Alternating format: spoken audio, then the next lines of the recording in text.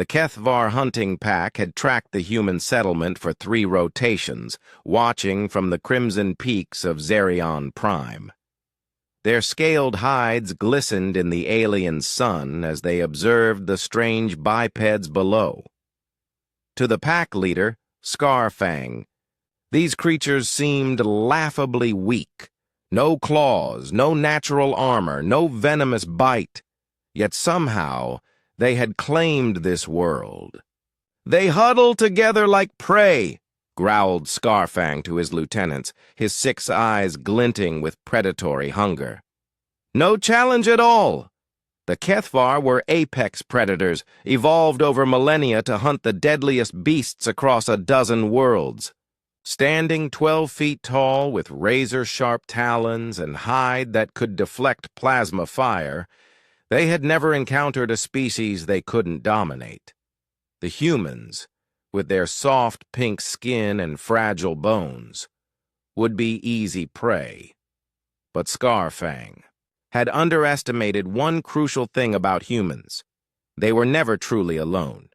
The attack came at dawn. 40 Kethvar warriors descended upon the settlement of New Haven like a storm of death and fury. Their war cries echoed across the valley as they breached the outer perimeter, expecting to find terrified colonists cowering in their homes. Instead, they found Marcus Chen waiting for them. The retired Earth Defense Force sergeant stood calmly in the settlement's center, his plasma rifle held loosely at his side. Behind him, the colonists had formed defensive positions with practiced efficiency. These weren't helpless civilians. They were a community that had learned to survive together. "That's far enough," Marcus called out, his voice steady despite, facing creatures that towered over him. Scarfang laughed, a sound like grinding metal. "One warrior against a hunting pack? Your species truly is foolish." "One?" Marcus smiled grimly. "You might want to count again." As if summoned by his words, laser sights appeared on every Kethvar chest. From rooftops, windows, and concealed positions, 50 colonists aimed their weapons with disciplined precision. But that wasn't all. A low rumble filled the air as the settlement's automated defenses came online. Turret systems, camouflaged and waiting, emerged from hidden positions. The humans had spent months preparing for this moment, working together to transform their home into a fortress. Scarfang's confidence wavered, but his pride wouldn't let him retreat. "Tricks and tools! You still lack the strength of true predators." "Strength?" Marcus stepped forward, and something in his eyes made the massive alien take an involuntary step back. "Let me tell you about strength. What followed wasn't a battle, it was a lesson." The humans fought with a coordination that defied the Kethvar's understanding. Every movement was synchronized, every action supported by another.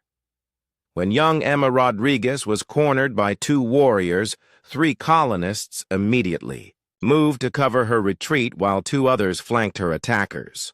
When the Kethvar tried to breach the eastern wall, the defenders shifted like a single organism, reinforcing the weak point without leaving gaps elsewhere. But it was what happened to Jake Morrison that truly demonstrated human loyalty.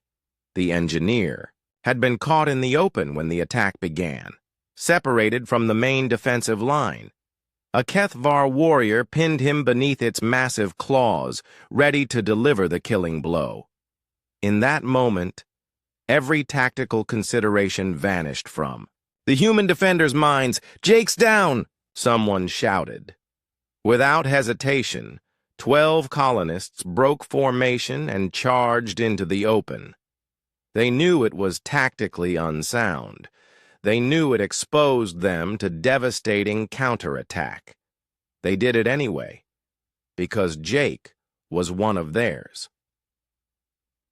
Sarah, Kim, the settlement's doctor, led the charge with nothing but a pistol and absolute determination. Behind her came farmers, teachers, mechanics, ordinary people doing extraordinary things because their friend needed them. The Kethvar warrior raised its claws for the killing blow, but found itself facing a wall of human fury.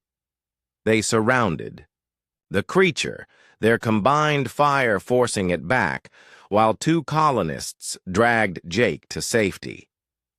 Several humans were wounded in the rescue, but not one complained. They simply tended to each other's injuries and returned to the fight. Scarfang watched in growing amazement as the pattern repeated throughout the battle. Every time a human was threatened, others risked everything to help them. They shared ammunition, covered retreats, and defended the wounded with ferocious determination. No Kethvar was ever left behind by their pack, but this was different. This was choosing to sacrifice for others, not out of instinct, but out of love. The tide turned when old Henrik Johansson, the settlement's maintenance chief, made a desperate sprint to the power core. Kethvar warriors converged on his position, but the humans moved like a tide to protect him. A chain of defenders created a corridor of safety, each link maintained by people who barely knew each other 6 months ago, but who had become family. Henrik reached the core and activated the settlement's emergency beacon. Within minutes, the sky filled with Earth Defense Force fighters, responding to the distress call with the same loyalty the colonists had shown each other. As his warriors fell, around him, Scarfang finally understood what he faced. These creatures weren't prey. They were something far more dangerous.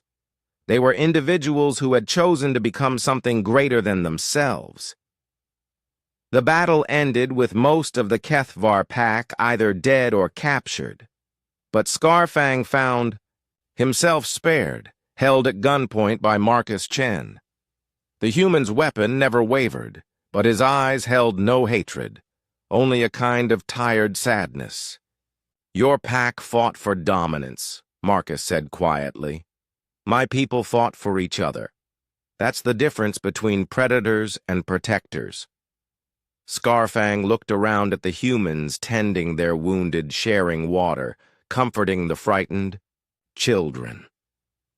Even now, in victory, they cared for one another first. He had spent his life believing that strength came from superior weapons, harder scales, sharper claws. But watching an injured human refuse medical treatment until others were helped first, he began to understand a different kind of strength. "Why do you spare me?" Scarfang asked. Marcus was quiet for a long moment. "Because maybe you can take a message back to your people. Tell them what you learned here. Tell them that humans don't fight alone. Ever. We carry each other, protect each other, and die for each other. That's not weakness. That's the strongest force in the universe." As the surviving Kethvar was escorted to a transport ship, he carried with him more than just his life.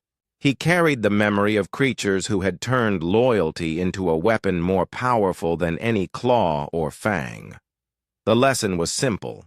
In a universe full of predators, humanity had evolved something far more dangerous: the ability to transform strangers into family, and family into an unbreakable force. Word count: 1,000.